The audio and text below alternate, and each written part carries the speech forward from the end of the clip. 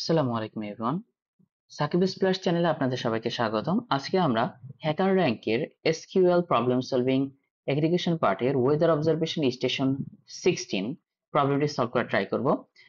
প্রবলেমটি ডেসক্রিপশনে দেখা যাচ্ছে query the smallest Northern Latitude ল্যাট N, অর্থাৎ ল্যাট এন নামক যে ভেরিয়েবলটি আছে তার সব থেকে ছোট অর্থাৎ মিনিমাম ভ্যালুটা বের করতে হবে ফ্রম স্টেশন টেবিল থেকে দ্যাট ইজ গ্রেটার দ্যান 38.7780, অর্থাৎ যেই ল্যাটিন ভ্যালুটা আমরা সব থেকে ছোট বের করব সেটা অবশ্যই 38.7780 থেকে বড় হতে হবে এবং এই যে অ্যান্সারটা বের হবে সেটাকে রাউন্ড করতে হবে, round your answer 4 decimal place অর্থাৎ 4 ডেসিমেল প্লেস পর্যন্ত, অর্থাৎ রাউন্ড ফাংশন ব্যবহার করতে হবে।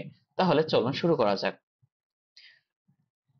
আমরা সিকিউএল প্রবলেমগুলোকে খুবই স্ট্রাকচারালি ভেঙে ভেঙে করা ট্রাই করব। প্রথমে সিলেক্ট করব আমরা কোন ভেরিয়েবলটাকে বা কোন কলামটা নিয়ে কাজ করব সেটা বসাবো। আমরা ল্যাট এন নামক ভেরিয়েবলটা নিয়ে কাজ করব এবং সেটা অবশ্যই টেবিল স্টেশন থেকে, এটা আমরা সবাই জানি। এখন আমাদের এই ল্যাটিনকে স্মলেস্ট বের করতে হবে, আর আমরা জানি কোন টেবিলের নাম্বার ম্যাক্সিমাম অথবা মিনিমাম বের করতে গেলে আমরা ফাংশন ইউজ করি, তো এখানে আমরা মিনিমাম ফাংশনটা ইউজ করতে পারি, তাহলে ল্যাটিনের মিনিমাম রেজাল্টটা বের হবে।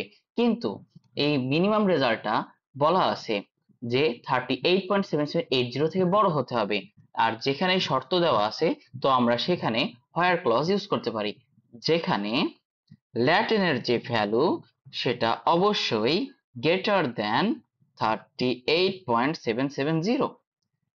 এইবার আমাদের এই যে রেজাল্টটা বের হবে, সরি 80 হবে, রেজাল্টটা বের হবে, এই রেজাল্টটাকে রাউন্ড করতে বলা হয়েছে। এখন আমার রেজাল্টটা বের হবে তো এখানে, তাই আমরা এই অংশটাকে রাউন্ড করে দেব রাউন্ড ফাংশনের মাধ্যমে।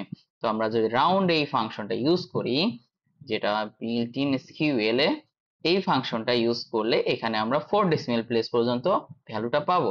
চলুন দেখা যাক আমাদের কোডটি ঠিক হয়েছে কিনা। আশা করা যায় ঠিক হয়েছে। আমরা যখন সিকিউএল প্রবলেমগুলো সলভ করব তখন অবশ্যই এইভাবে বড় একটা প্রবলেমকে ছোট ছোট কোয়েরি আকারে ভেঙে নিব।